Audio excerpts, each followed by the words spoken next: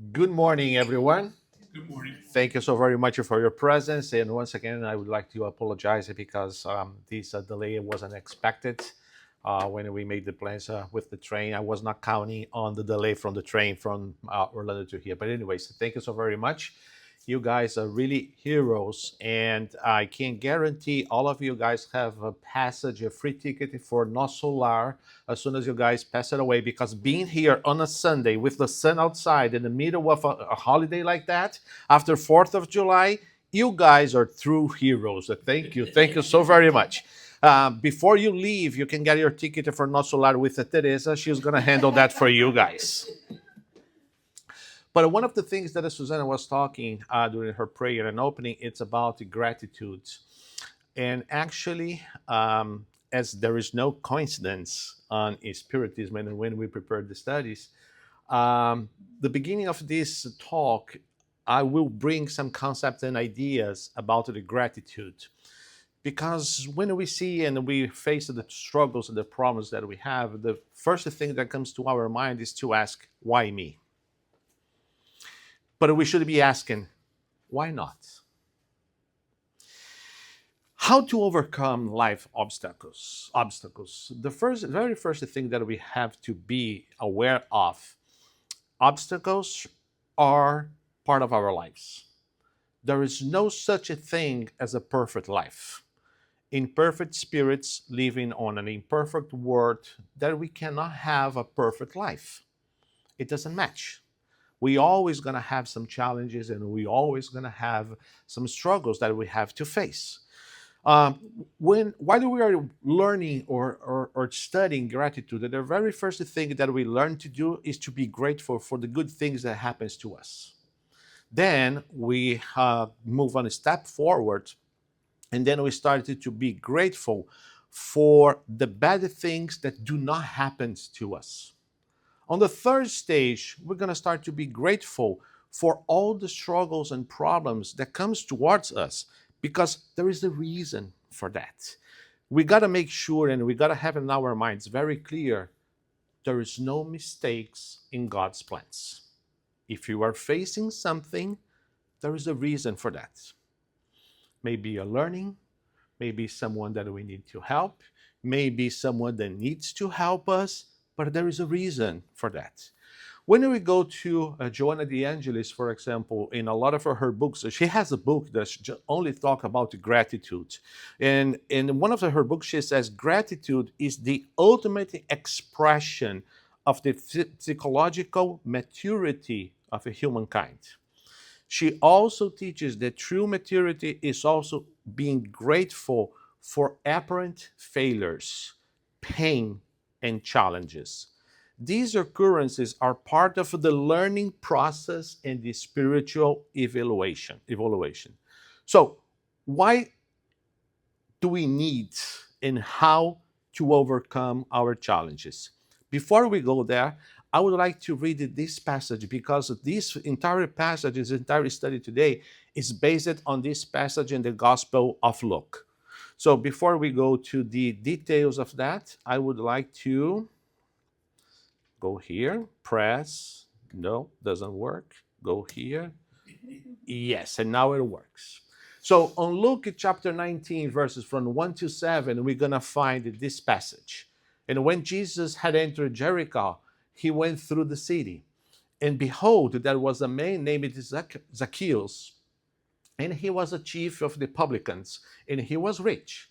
And he sought to see who Jesus was, and who could not, because of the multitude, for he was of a small stature. And he ran forward and climbed up a fig tree to see him, because he would pass that way. And when Jesus came into that place, he looked up and saw him, and said unto him, Zacchaeus, come down quickly, for today it is fitting for me to lodge at thy house. And he hastened down and received him gladly. And when they saw all of this, they murmured, saying that he had come into to be the guest of a sinful man. When we see this passage, saying, say, well, how this is going to teach us how to overcome our obstacles? Well, if we start to go verse by verse, as we're going to go over here, we're going to be able to extract a tremendous and a huge lessons for our daily lives. Before we start on the verses itself, I would like to bring some concepts which I think is going to help you to enlighten even more the aspects and the studies that we have too. When we go to the Spirit's book, on the beginning, introduction, item number 6, it says like this: the spiritual word is the normal, original, and eternal word, pre-existent to and surviving everything else. The physical word, it's only secondary.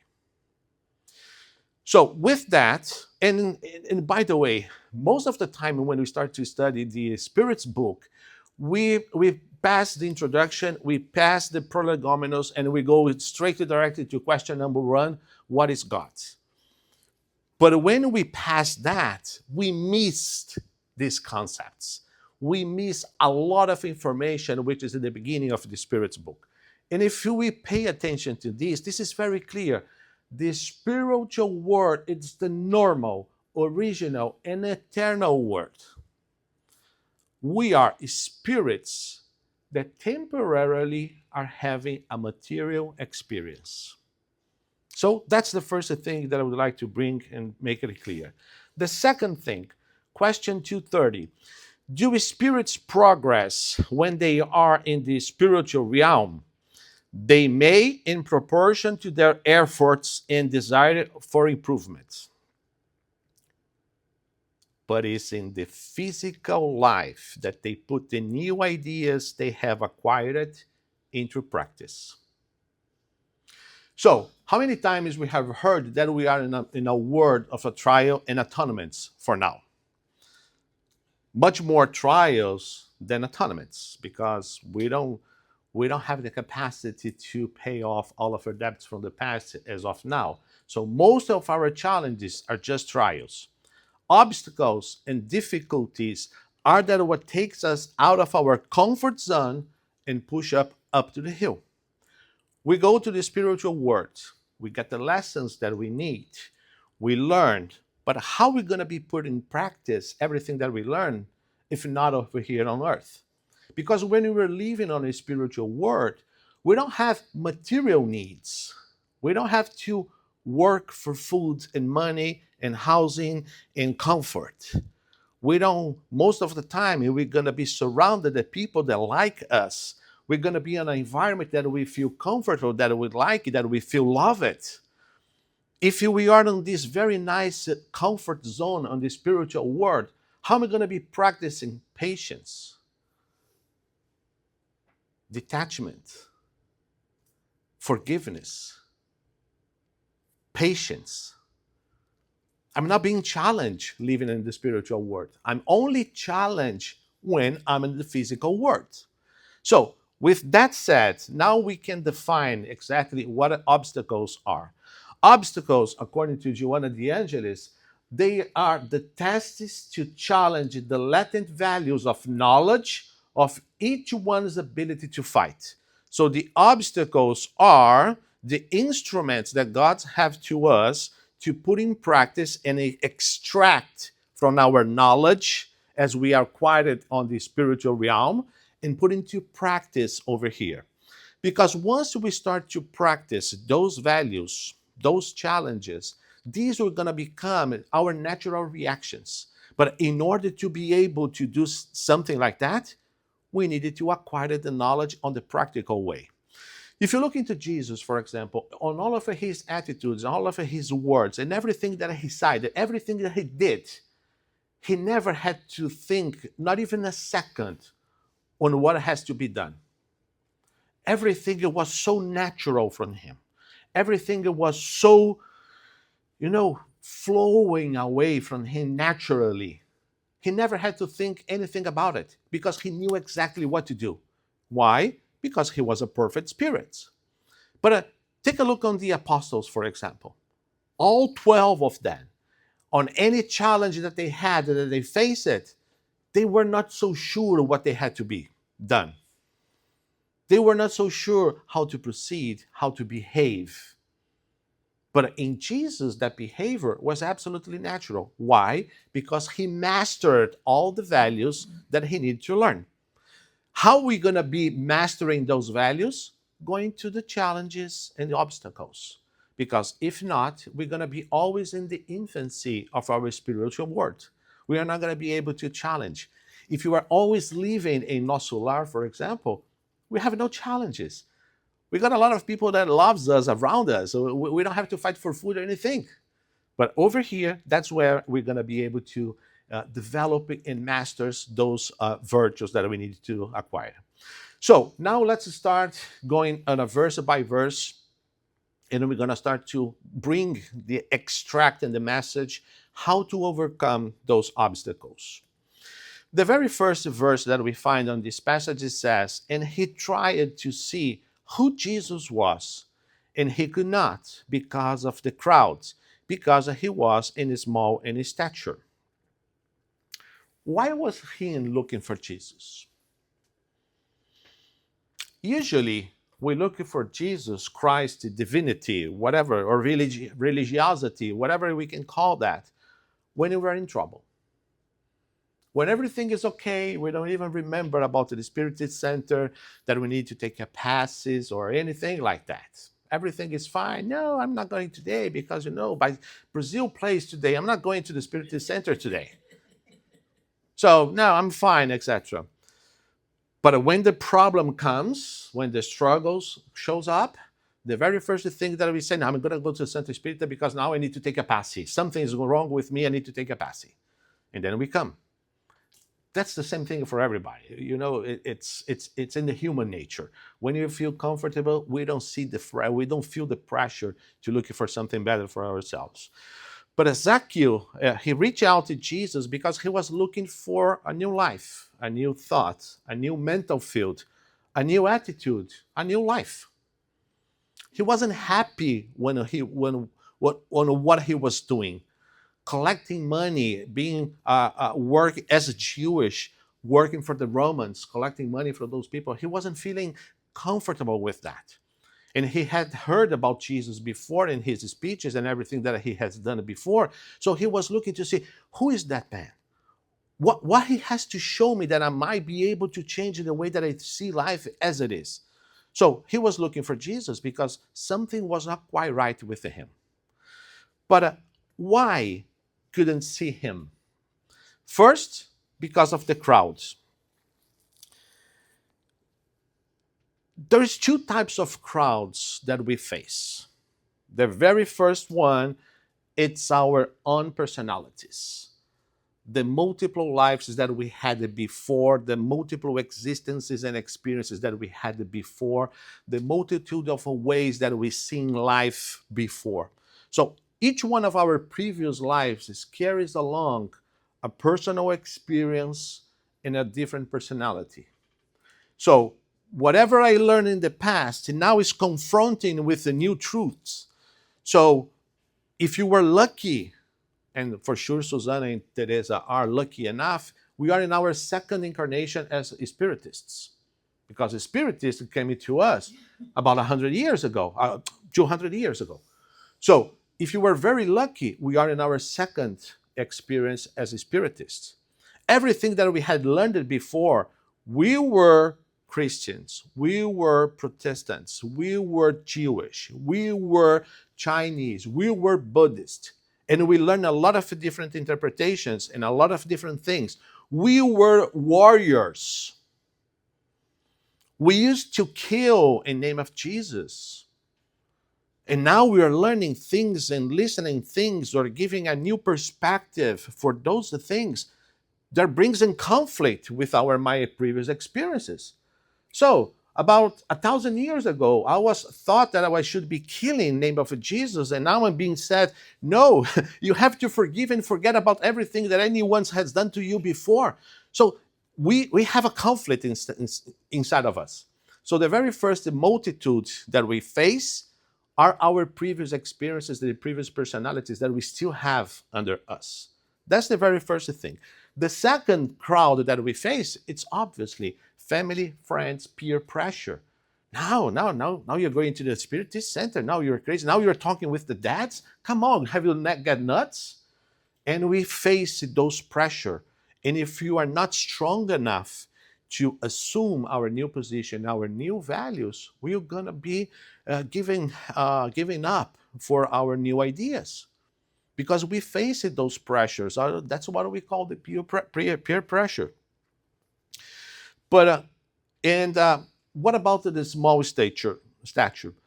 We are still small, infants, even in our spiritual stature. We are in need of support. We are just like childs because we are just overcoming and leaving our infancy and getting to our teenager years as spiritual, as immortal spirituals. Now we're giving a true glimpse what is ahead of us. But when we face this transition, we need support.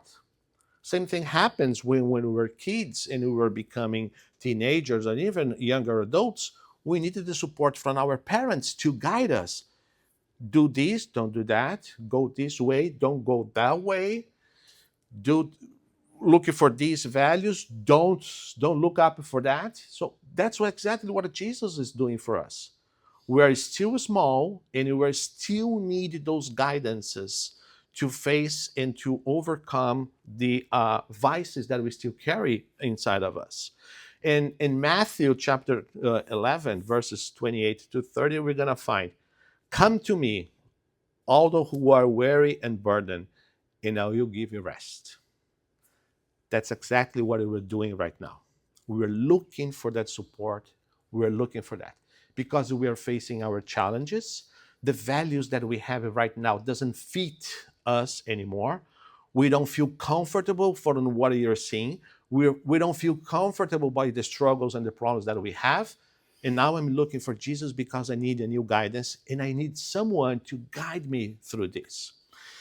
If you were not happy with the situations that we have around us, most likely it's because the vices that we have, that we carry around, no longer fits our purpose. I'm tired of um, being naive, for example, not naive, proud. I'm tired of being proud. I'm sick and tired of anger. My challenges doesn't fit me my needs anymore. I'm looking for humility. I'm looking for a way to learn how to forgive. I'm learning for a way to be humble. The vices that I used to have, the moral vices that I used to have, they don't fit me anymore. They brought me into to here, but from now on, I need to change that. So we are not comfortable, and we are looking for something different. The second aspect that I would like to bring today is, and he ran forward and climbed it up to a wide fig tree to see him, because he would pass through that. There is a phrase, there is a word over here which I think it's absolutely astonishing, which is running forward. When we feel threatened or in danger, our first instinct is to run away as far away as we can from that struggle, problem, issue, challenge, whatever, situation, whatever. It is important to note here that the word that he was used and Zacchaeus was doing is he ran forward, not without sense or direction or in desperation, but forward, in search of something better. In other words, he did not run away, but he ran to seek changes and solutions. Most of the times, when we have challenges that we don't want to face it, that we want to deal with, we run away. But as Zacchaeus, no, he ran forward. How can I face this? What I need to be doing in order to change, strengthen myself, and be able to face the challenges that I have ahead of me. The second thing is he climbed the tree. So imagine a publican, and by that time they used to use those long tunics, which most likely with no underwear below or anything like that. So you have to run, climb on a tree. You are a publican, which you are a tax collector. You are rich. You are Snope, and you have to run and to be on the top of the tree like that, in the middle of the public road, in plain sight. Imagine the situation. Imagine the shame. But in order to see and reach Christ, it is necessary to sacrifice concepts and prejudices to break the pattern of behavior. To see Christ, we have to go up, get off the ground, get rid of it, and stand out from the crowd that surround us, our multiple personalities and the people in our life. We gotta face the shame. We gotta face the challenge. We gotta step up and look for something which is above us.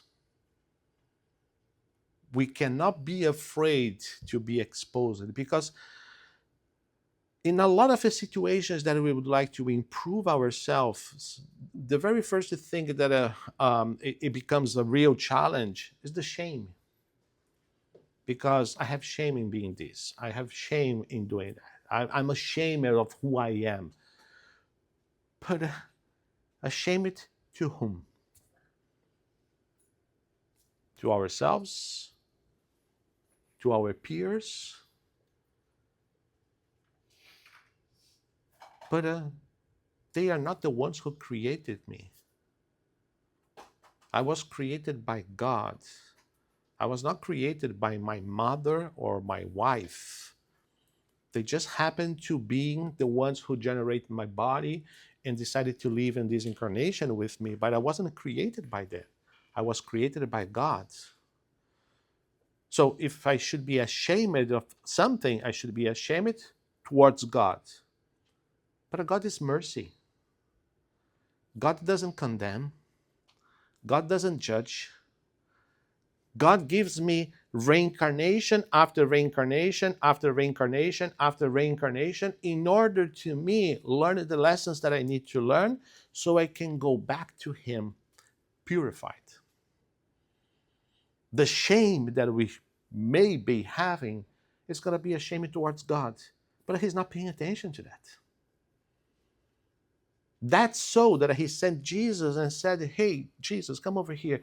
Go down there and show those people how I would like them to behave. So they have a role model. So they have someone to look up to and learn how to do and what to do on those situations. Shame is something that shouldn't be present on our decisions to be moving forward. Courage is the word that we're looking for. Now, the vices that I have doesn't fit my needs anymore, because from now on, I decided to bring the virtues, because the virtues are the one who is going to guide me towards my progress and my evolution. And I have no shame in being assuming the decision. So this friendship over here, which wants to take me to parties every Friday, it doesn't fit me anymore. These people over here, which has those values, they don't fit me anymore. These people over here, which discuss the gospel and brings nice words to my ears and to my heart, these are the guys that I would like to be walking forward from now on. That's the concept. That's the idea. He climbed up the tree, he stood up for his needs, and he wasn't ashamed to be looking for that, because he made a decision. I want to be better. But in order to be better, I got to face up my challenges. And when Jesus came to that place, he looked up and saw him and said to him, Zacchaeus, come down quickly, for today is the fitting for me to stay at your house. But when Jesus came, so we were in trouble. We were looking for some kind of a help and guidance. We asked it, we looked it up, and Jesus came. But Jesus arrived, and we have two things. But in order for him to come, we got to do two things. First, we need to want him to come. When he asked, "Come to me, all of who suffer." And secondly, we got to make room for him to stay. Because what happens to most of us? We have a challenge, we have a problem, we run to the Spirit Center, we take 3 passes, one a week, we get better, we feel better, we disappear again. We are not making room for Jesus to stay with us. We're looking for the solution, the fastest solution, as fast as we can. Once it's done, I'm comfortable, I'm running away again. So it's not just enough to look for him and ask him to come. We got to make space on our heart in order that he can stay. Because if he's not staying, the problems will be back. Because we're going to be learning. We're not going to be learning the new virtues that we needed to develop ourselves. Because one of the things that most of the time we do not understand, Jesus and the enlightened spirits, they don't come to solve the problems for us. They come to strengthen our will to seek the solution for ourselves. But what happens? We come over here, we take the passy, and we feel better, we feel the strength, we feel and start to have good ideas. And then all the solutions and all the problems that we had, they disappear because we were inspired by those good spirits and what to do and get rid of the problems or the struggles that we had. And we do. They didn't solve anything for us. They gave us the idea and the inspirations. And Jesus doesn't solve any problems. But he gives us the strength to face the struggles and give us the inspirations on what to do and how to do the things. But as we are not used to that concept, we just don't make enough space in our hearts for him. So in order for him to come, we got to ask, we got to want, but we got to make sure that he stays. In order to stay, we got to open up our hearts and spaces in our hearts to do that. The second thing, today it's convenient for me to stay at your house. Same thing. The stay can just be a temporary stay. Oh, I'm going to stay with you tonight. Or I'm going to stay with you forever. Is Jesus going to stay in his house just one night? Just for that staying? Just for that passage? Or will he make a space that Jesus can stay forever? That's what we're looking for. We need this permanent presence of him, himself, his values in our hearts and attitudes. In order to do that, we have to change our mental attitude. What happens to most of us? We just think in our lives in the next 20, 30, 40, 50 years ahead. Because most likely that's our lifespan. Lifespan nowadays are running around 80 years for in the United States. So if you are 30, 40 years old, you are looking for the next 50, 40, 50 years ahead of you. That's how we live, because we are in the material world. That's our main concern in aspect. But we are spiritists. And we just learn over here that our true, immortal, in normal life is the spiritual one.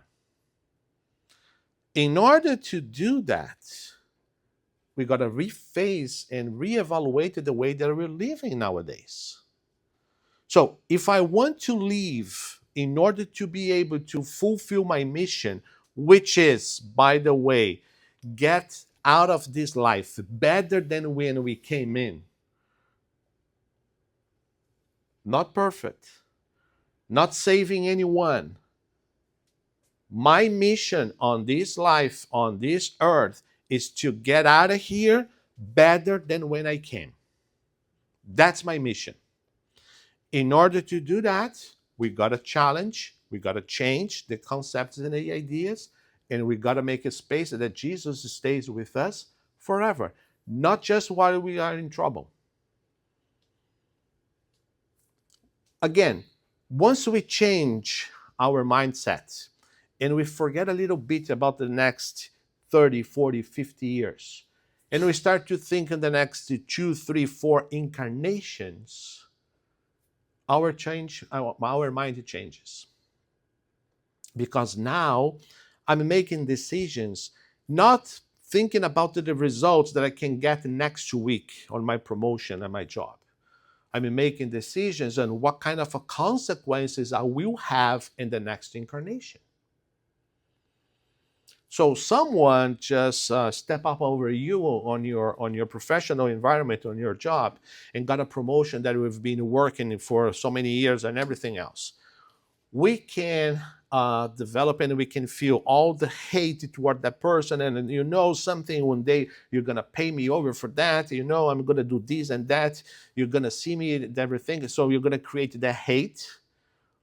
Or you can just say, wow, good luck for you, and I hope your conscience does not kill or doesn't being so hard on you when you pass it away, because you're gonna have to show yourself towards with your conscience towards God, and just forgive and move forward.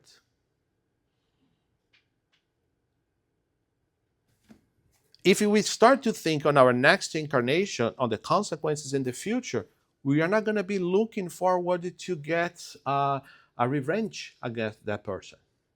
It's not my problem. It's yours. Yeah. Did I feel it? Yes. Does it hurt? A lot. It is just to know it's not. It's our problem? No. It's their problem, not ours. Will become our problem if we decided to take this in our own hands. Then we're gonna have a problem for ourselves.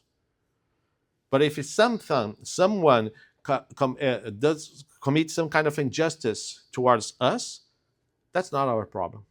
That's their problem.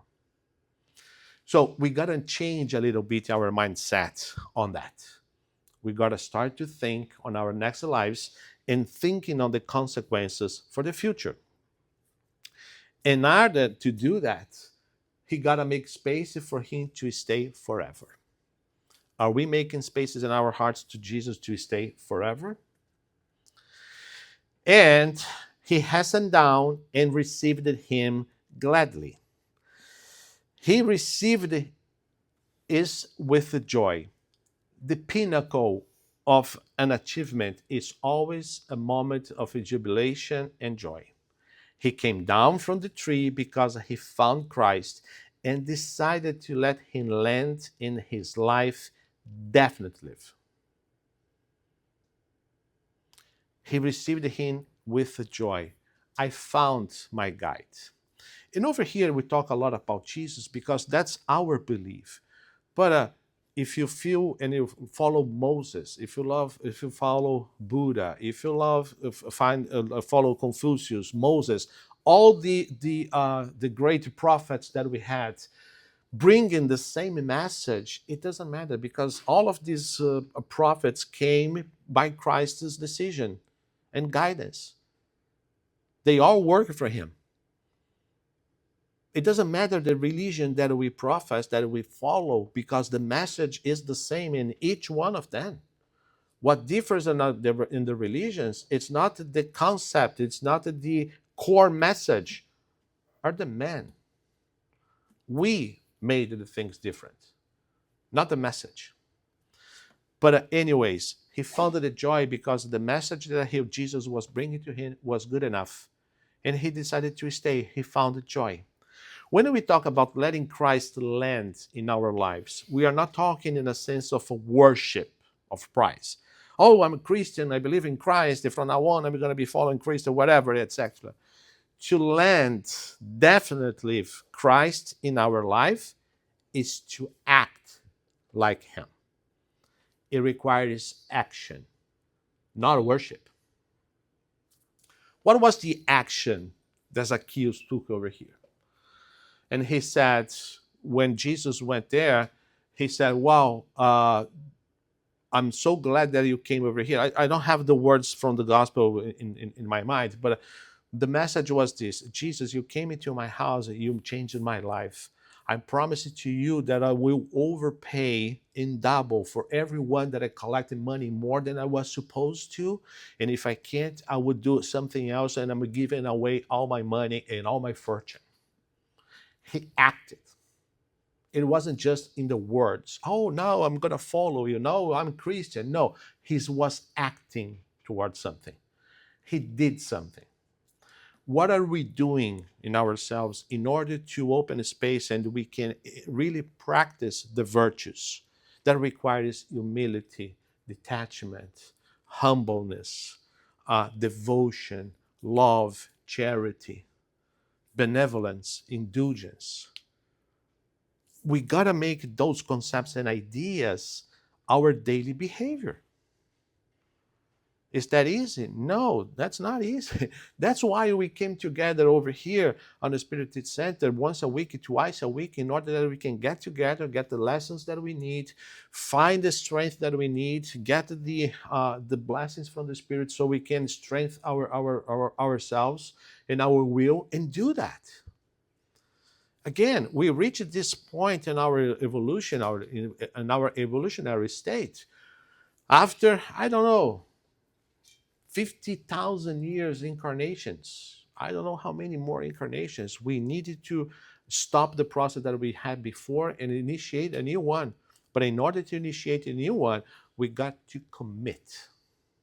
What is my commitment here? My commitment is I want to be better.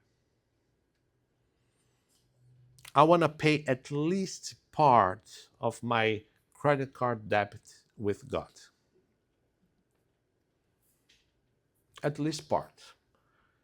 Because if you think in our, if I'm ashamed what I was doing 20, 30 years ago, I cannot even think about what I did 2 or 3 incarnations ago. So let's not go there. So we are not going to be able to pay that credit card statement in full for now. You know, if you pay a little bit now, I'm already happy. Because what happens? Once we started to pay off a little bit our debt, we are not accumulating new ones. So we are getting more credits because we are improving ourselves with our moral values and attitudes and everything. I'm not adding up more debits and I'm paying off my previous debt faster. So once we decide to do that, our evolution will go like this. It's not going to stay flat. We're going to be going on a scale completely different on the graphic from now on, because we are not accumulating more debits. Not anymore. So we are paying off what we own much faster. That's another thing. How do I pay off those debits? Oh, I have to give it away. I gotta go to the church every Sunday. I gotta give food for the needs, clothes for the ones which are homeless out there, and etc. etc. Yes, that's a very good way to do it. But it's not enough if we go back home. We're fighting with our children. We are having discussions with our partner. We are kicking the dog. We are fighting people on our job just because we don't like them or anything like that. Our transformation got to be an entire transformation of concepts and ideas. We cannot fool ourselves, say, no, I'm going to the Spirit Center now, I'm working at the Spirit Center, I'm giving away food and helping the homeless outside. If on our daily basis, I'm not following those values, those virtues. We got to make a change on everything that we're doing. Love covers a multitude of sins. Love is not just give it away in doing the material charity, but most importantly is doing the spiritual charity. Benevolence, indulgence, forgiveness. With my wife, with my kids, with my boss, with my employees, with my colleagues, or wherever I go, my friends, towards everybody. Towards everybody. But,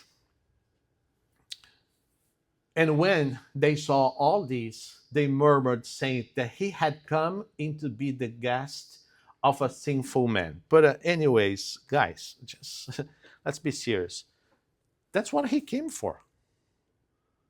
That's why he was here. Jesus came to help us in needs, not the ones that the Jewish people were expecting. Zacchaeus experiences in his lifetime the exhaustions of the habits, damage, and the habits that he had that was demanding changings inside of him. The way awakening to a new life, the desire to see Jesus, the effort that he did to reach this goal are the steps that made him reach the state of joy. First, exhaustion of the habits, needs of change, awakening to a new life, looking for Jesus, the effort that he had to do. That's everything that made him feel the state of joy. Zacchaeus' examples of diligence, humility, obedience, and determination serve as an encouragement and stimulus to all of us who still struggle to overcome our obstacles, our crowds, and our small statures. By his example, one can be sure that seeing and being with Christ and that his states of a permanent happiness are possible and depend solely on us. And when we add to this equation the fact that the obstacles are God's tools to make us move forward, to take us out of our comfort zone, it makes even easier to face and overcome life's obstacles because they exist to take us out of our comfort zone and make us look for something better because there is something better, much better out there. It's up to us to make this decision. Are we sick and tired of the struggles and sufferings and problems that we have?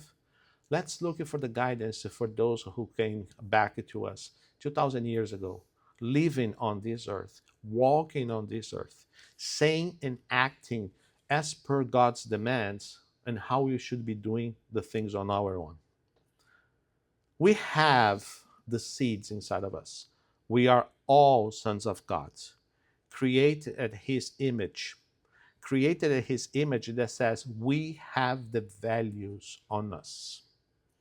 We just have to find them in our hearts, work on those seeds, and make sure that they flourish and give the fruits that we are able to. Our evolution and our growth are up to us. The challenges, they are here to face us and to make us walk away from our comfort zone and work on ourselves. So, how should we be facing life's obstacles?